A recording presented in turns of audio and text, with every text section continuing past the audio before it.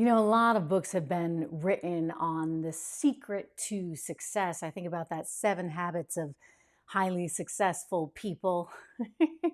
There's a lot of ways to get there, but perhaps one of the most prevalent things that successful people tend to have is confidence.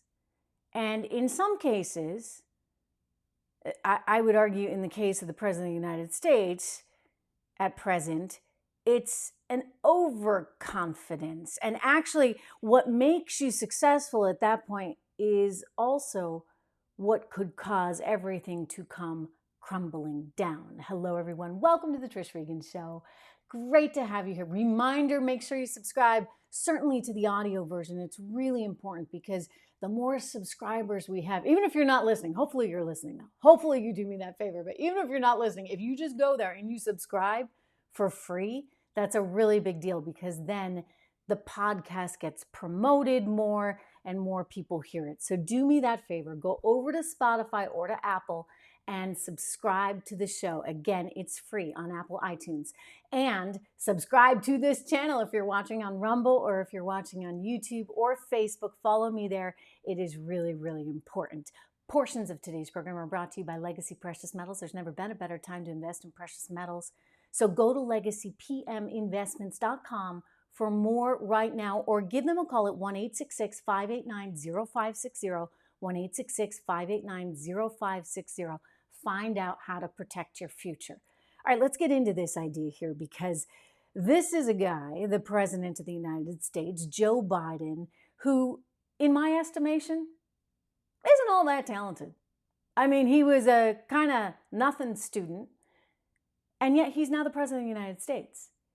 He has clearly screwed up many things in the past. He misspeaks, more so now at 79 years old than he even did before.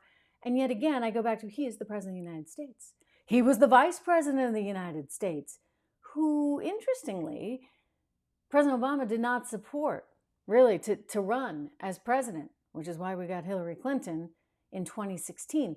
But he's achieved a lot, right? For a guy who's just, I think we could all agree, not exactly book smart, nor even street smart. I mean, I won't play all the clips, but you've seen them. You know what I'm talking about. The guy's not street smart either. He says the wrong thing at the wrong time over and over and over again to the point where everybody just saw, it's another Biden gaffe. So how is it that he's the President of the United States? I assume he's got a certain kind of confidence that has enabled him to be in this business as long as he's had. But it's a confidence, frankly, that borders on a cockiness that borders on getting us all in a whole bunch of trouble. Because sometimes it's important as an intellectual to have some empathy for and sensitivity to and understanding of what it is you don't know, right? You can't just know it all. Because if you do, and you pursue policies thinking you know it all without having the astuteness to examine things from different sides, well, then you're just going to get us into trouble, and yourself, by the way, into trouble, and your party into trouble, which is exactly what Joe Biden has done.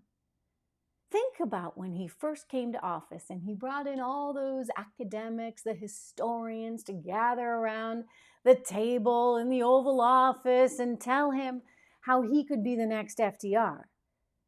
In other words, this is a guy who's believing his own BS, right? You feed him all. You can be Joe Biden, the next FDR, and you're going to go down in history for all these sweeping changes. Won't it be great? Jill Biden is quoted, Dr. Jill, I have to make sure I enunciate that well enough because sometimes people get confused, especially these days, right? Anyway, Dr. Jill Biden told CNN that her husband had, so many hopes. Sure, he's frustrated because he's not getting a lot done. But again, this is this overconfidence combined with lack of intellect because anyone could have told you you're not going to get the FDR style stuff done. Thank goodness. When you don't have the Senate, buddy.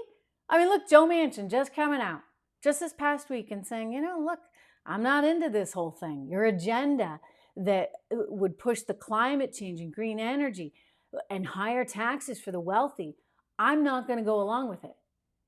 So Joe Manchin, a Democrat, holding up the initiatives of this president, but he ought to have seen that one coming. I mean, I think the rest of the world did, right? So he's got this head that's this big, and he thinks he's going to jam everything through, and he's kind of surprised, like, why is it not happening? Don't be surprised. It's not happening because, one, you don't have the votes, and two, you just don't get it.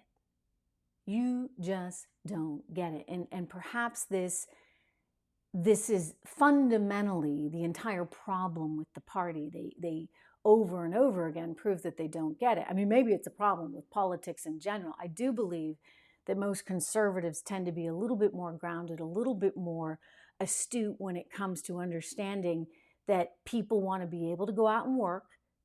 Yeah, Americans like to work. We actually have a really great work ethic. People want to be able to go out and work. They want to be able to provide for their families, and they want to be able to keep a good portion of what they earn. They don't believe in a redistribution of income that AOC and Bernie Sanders are trying to force feed down our throat.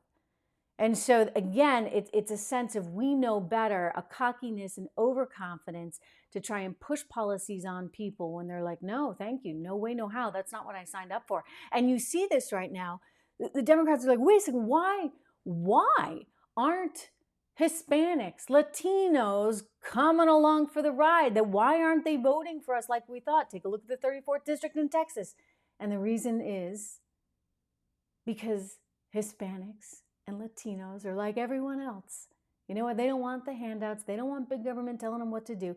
They come here for an opportunity for something better. They want safe streets. They want a police presence. They want borders. And they want a chance at economic prosperity. It's not that hard.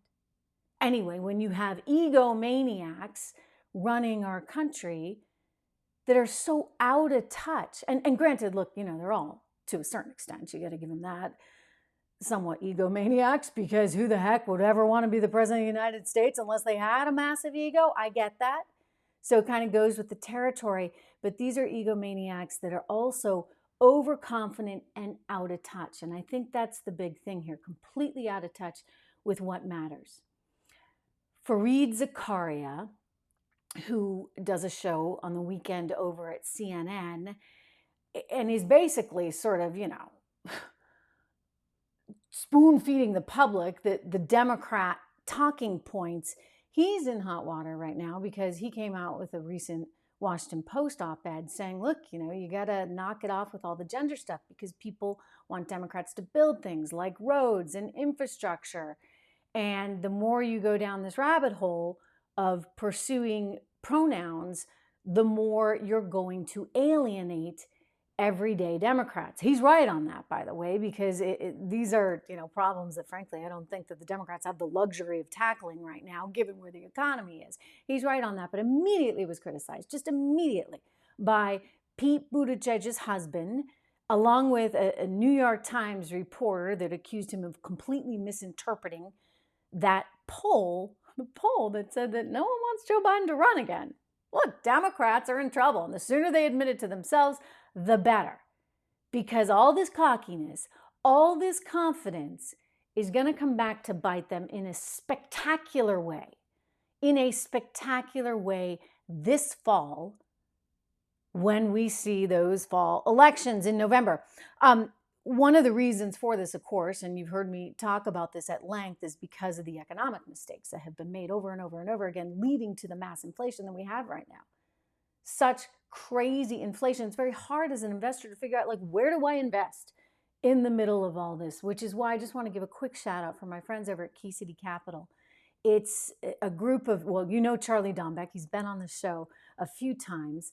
And it's a group led by him, and they are actively seeking opportunities for you to get more of a guaranteed, you can't ever say anything's guaranteed. I should qualify that, right, in investing, but a more sort of expected rate of return on your investments while simultaneously seeing some tax savings. So they've got a very innovative way of approaching this. It's not your typical, let's invest in stuff for the 401k. It's not your typical, let's invest in a series of stocks or equity funds.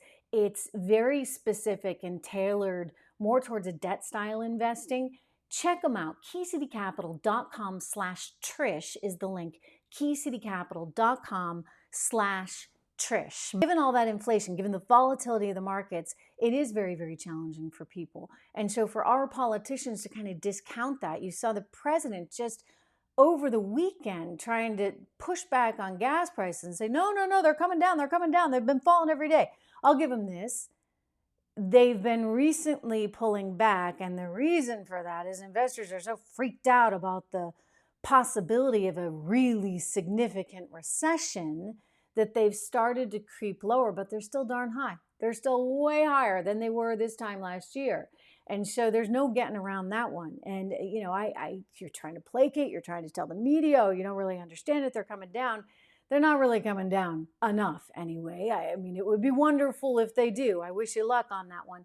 But realistically, given the landscape we have right now, given the challenges overseas, given the effort to really squash any investment here in the United States of America into the energy sector, the traditional energy sector, I think you're going to continue to see escalated energy prices, even if you're in that $95 to $100 a barrel range, that's still extremely high and makes it very difficult for people. Meanwhile, you're dealing with the reality that inflation increasingly has become embedded into the economy. Whether or not the Fed can solve this one without sinking us into a really bad economic situation still remains to be seen. But bottom line, he's a little too confident for his own good. Remember to subscribe to the channel. Remember to go to Apple iTunes and subscribe to the Trish Regan Show right there. It's very important. If you're on Spotify, please do it there as well. And I'll see you right back here tomorrow.